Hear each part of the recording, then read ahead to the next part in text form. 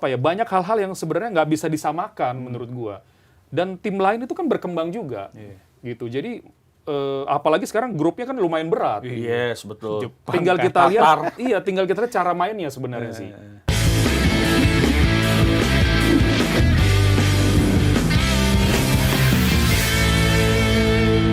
Kita tahu kan John Herdman jadi satu-satunya pelatih yang nggak dipecat nih ya, meski gagal bawa timnas Indonesia lolos ke fase grup. Lolos dari fase grup Piala AFF maksudnya. Kita tahu kan pelatih-pelatih sebelumnya itu selalu dipecat kan, kayak Alfred Riedel di 2014 dipecat. Bima Sakti dipecat 2018, terus juga ada siapa? Di 2007 ada Peter Witt. Di 2012 tadi ada Neil Meijer kan.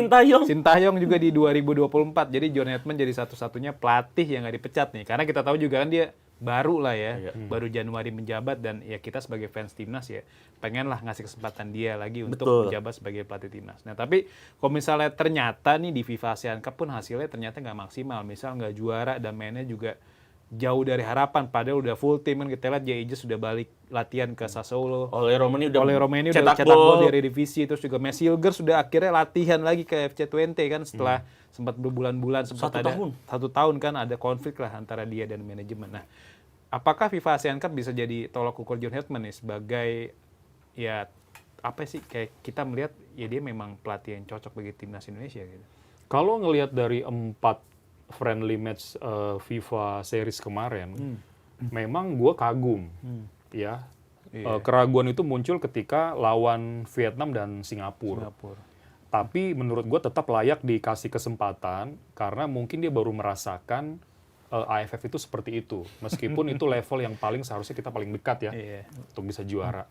Karena kreativitas, inovasi, potensi melihat pemain di posisi yang bukan posisi aslinya, salah satu yang menurut gue cukup oke, John Herdman gitu ya. Dan itu kan kelihatan kan waktu bagaimana begitu cair main oleh Romeni bisa jadi nomor 10 atau Beckham masuk ke inverted atau seperti apa itu cair gitu. Terus bagaimana dia taruh Jordi Amat, Kelvin Verdong di posisi tengah, ternyata jalan kan gitu. Itu banyak-banyak hal yang harus kita nilai.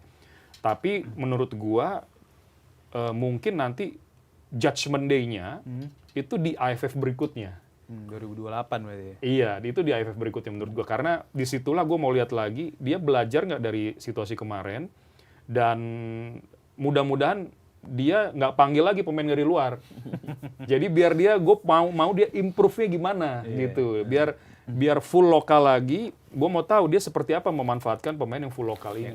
Gitu. Jadi bukan judgment day-nya bukan di Piala Asia berarti Mas itu? Piala Asia sekarang gini loh. Banyak yang bilang kita zaman si ini di Piala Asia tembus 16 besar. 16 besar. Untuk pertama kali. Kita tuh harus tahu juga situasi lawan beda, pemainnya mungkin juga dalam performa yang berbeda gitu. Kemudian banyak hal-hal yang sebenarnya nggak bisa disamakan menurut gua.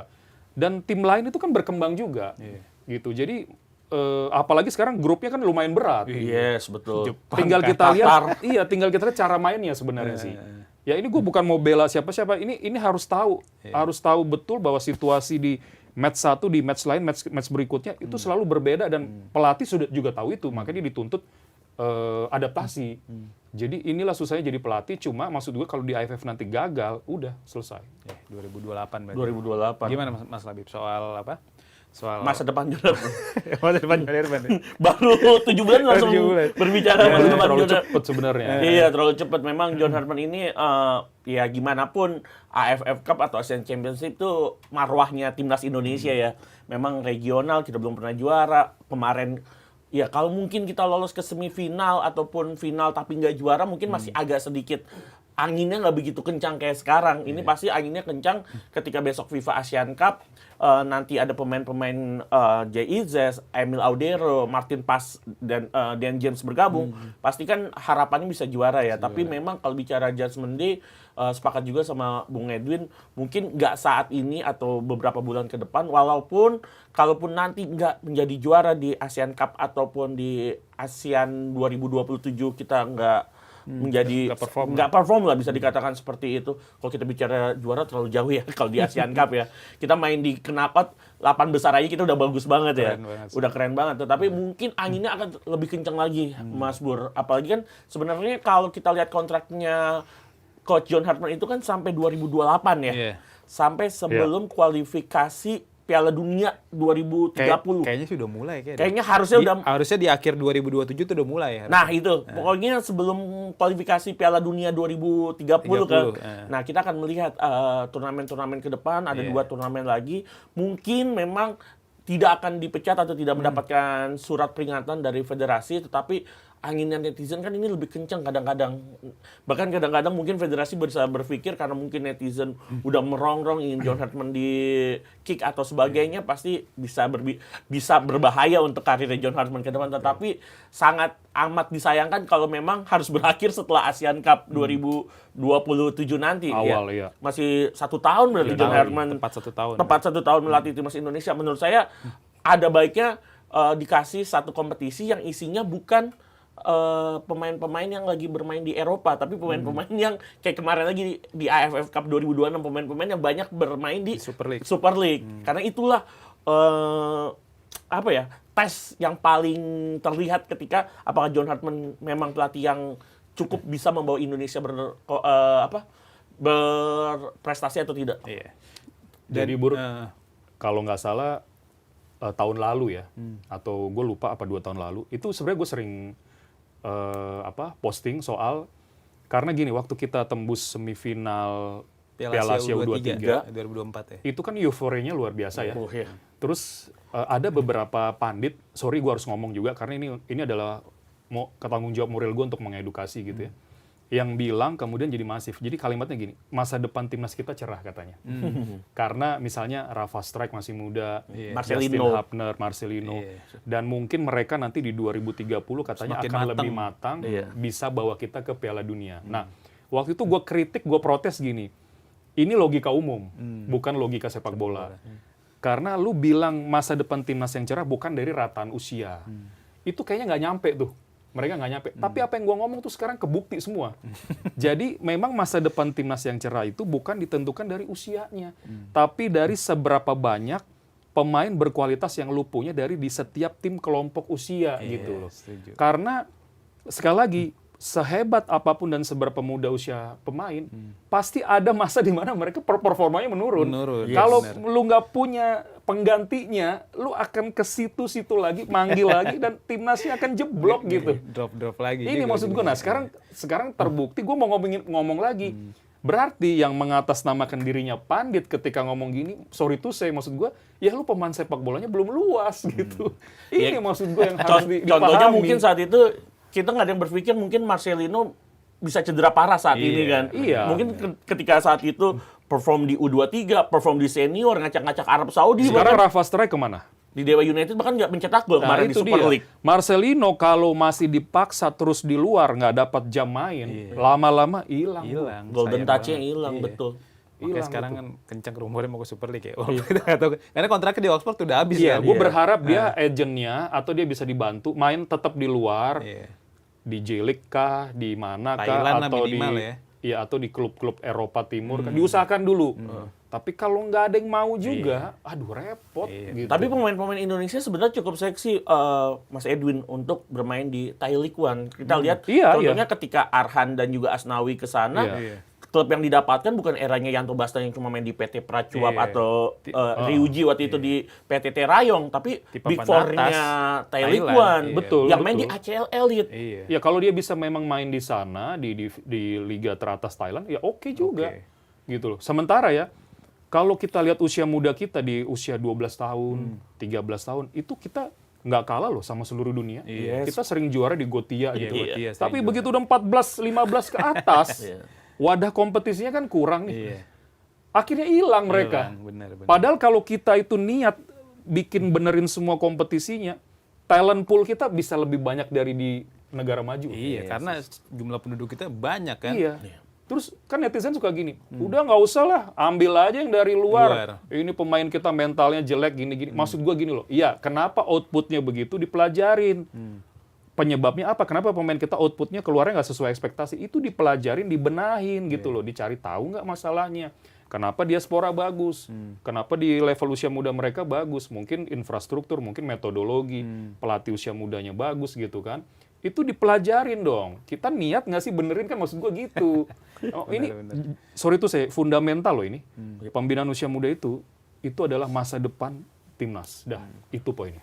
Dan kita tahu nih, Mas Edwin dan Mas Labib, Sekjen PSSI, Bang Yunus Nusi baru saja ngomong katanya, dia khawatir pemain timnas nggak mau lagi nih main di skuad Garuda katanya. Ini udah rame ya, omongannya udah rame. Dia khawatirnya itu muncul karena adanya cyberbullying lah bisa dibilang di media sosial. Ada banyak netizen yang nyerang pemain-pemain timnas. Resiko besar memang. Nah, resiko. Dan ironisnya nih yang diserang bukan cuma pemain tapi juga keluarga kan, bahkan istrinya, bahkan anaknya, itu sangat disayangkan kan. Karena kita tahu kan penyerangan atau cyberbullying di media sosial sangat besar di Indonesia. Iya, sangat masif. Pada pemain-pemain timnas setelah timnas Indonesia gagal lolos ke semifinal. Nah, Mas Labib dan Mas Edwin melihat hal ini seperti apa nih?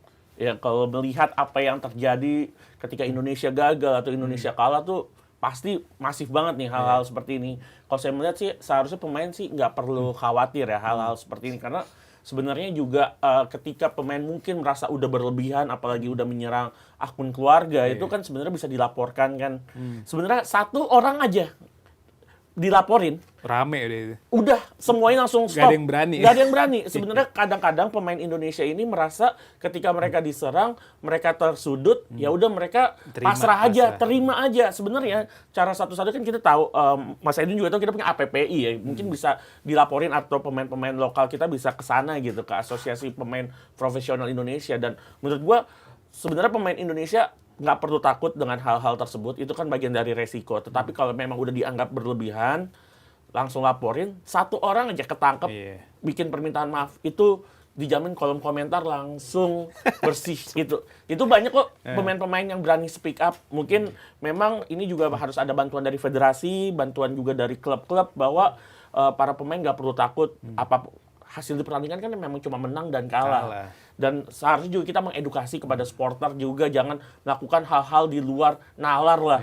Selayaknya supporter Indonesia aja, kalau kita menang kita bersuka cita, kalau kalah ya udah kita nikmatin aja kekalahan itu. Cuma kan kadang-kadang supporter Indonesia yang kita juga nggak tahu siapa yang nyerang. Bahkan ada beberapa kalau saya melihat di kasus di klub-klub gitu, ternyata ketika ketangkep usianya masih under 17 tahun, masih anak-anak 14, 15, 16 masih mencari jati diri. Seharusnya pertama kita nggak perlu takut pemain Indonesia, yang kedua klub dan juga federasi melindungi pemain-pemain tersebut. Setuju banget. Dan kita tahu kan juga ada pernah Hoki Caraka waktu itu kena serang, dia langsung lapor. Iya. Kelar kan langsung kan? Andri Tani juga pernah juga, kan? Satu orang langsung kena sikat sama Andri Tani, setelah itu nggak ada kolom komentar bertahun-tahun. Ya itu tadi yang gue bilang sih, Bur. Kita ini masalahnya besar ya. Masalah strata sosial nggak merata, pendidikan juga nggak merata. Nah tadi kan gue bilang tuh, masalah utama kita adalah salah satunya adalah males baca, males mikir. Kalau fans itu sebenarnya punya pemahaman sepak bola yang baik, gue rasa mereka nggak akan membuli sih. Jadi ini masalah kita. Jadi gini, bedanya fans kita sama di negara yang maju, militansinya sama, tapi tingkat pendidikannya kadang berbeda. Gitu.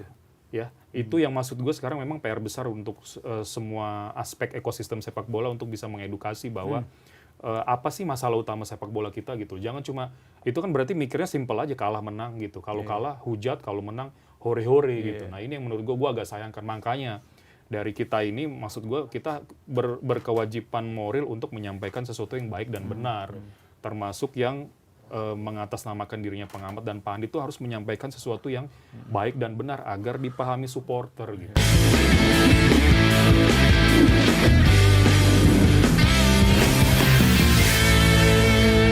Subscribe, share, like, and comment. Subscribe, share, like, and comment. Subscribe, share, like, and comment. Subscribe, share, like, and comment. Subscribe, share, like, and comment.